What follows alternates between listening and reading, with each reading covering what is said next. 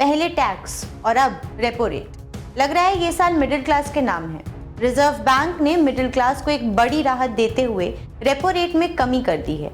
नमस्कार, आपका स्वागत है डेली 24 भारत में। मैं हूं आपके साथ अदिति।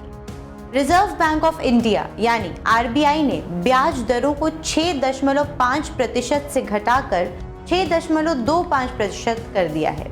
अब आपके सभी लोन सस्ते होंगे और ईएमआई भी घटेगी। आरबीआई गवर्नर संजय मल्होत्रा ने सुबह 10 बजे मॉनेटरी पॉलिसी कमेटी यानी एमपीसी में लिए गए फैसलों की जानकारी दी।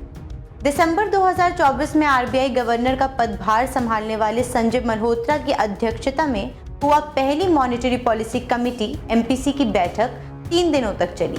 संजय मल्होत्रा ने एमपीसी की बैठक में लिए गए फैसलों का ऐलान करते हुए रेपो रेट में 0.25% या 25 बेसिस पॉइंट्स घटाने का ऐलान किया। रेपो रेट अब 6.25% हो गया है। Taking all these factors into consideration, the RBI has estimated that real GDP growth for the next year to be at about 6.7%, with Q1 at 6.7%, Q2 at 7%, Q3 at 6.5%, and Q4 too at 6.5%. The risks are evenly balanced. Coming now to inflation, headline inflation after moving above the upper tolerance band in October has since registered a sequential moderation in November and December, standing at 5.2% now. Going ahead, food inflation pressures, absent any supply side shocks, should see a significant softening due to good Kharif production, winter easing as we witness every year in the vegetable prices, and a favorable Rabi crop prospect. आइए सबसे पहले जानते हैं कि repo rate आखिर है क्या। Repo rate वो दर होता है जिस पर रिजर्व बैंक दूसरे बैंकों को पैसा उधार देता है। अगर आरबीआई कम दर पर पैसा उधार देगा तो बैंक भी ग्राहकों को कम दर पर लोन उपलब्ध कराते हैं। इसमें home loan, car loan, personal loan आदि शामिल हैं।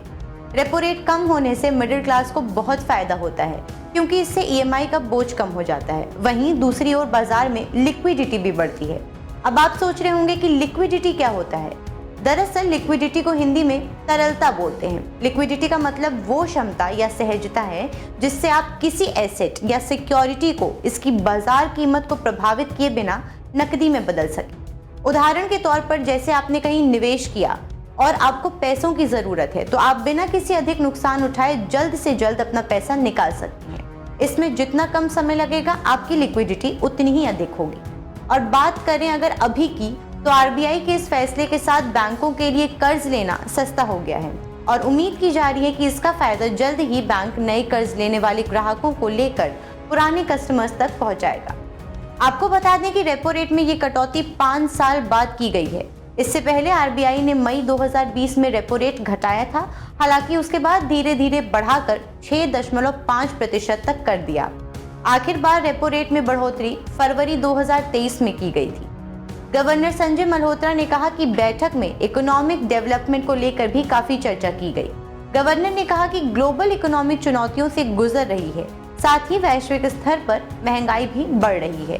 वहीं फेडरल रिजर्व बैंक ने रेट में कई बार कटौती की है, साथ ही जियोपॉलिटिकल टेंशन भी बढ़ रहा है जिस कारण दुनिया भर की इकोनॉमी पर असर पड़ रहा। किसी भी सेंट्रल बैंक के पास पॉलिसी रेट के रूप में महंगाई से लड़ने का एक शक्तिशाली टूल है। जब महंगाई बहुत ज्यादा होती है तो सेंट्रल बैंक पॉलिसी रेट बढ़ाकर इकोनॉमी में मनी फ्लो को कम करने की कोशिश करता है।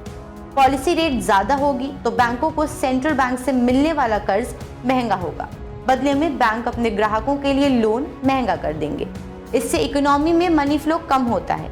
मनी फ्लो कम होता है तो डिमांड में कमी आती है और महंगाई घट जाती है। इसी तरह जब इकोनॉमी बुरे दौर से गुजरती है तो रिकवरी के लिए मनी फ्लो बढ़ाने की जरूरत पड़ती है।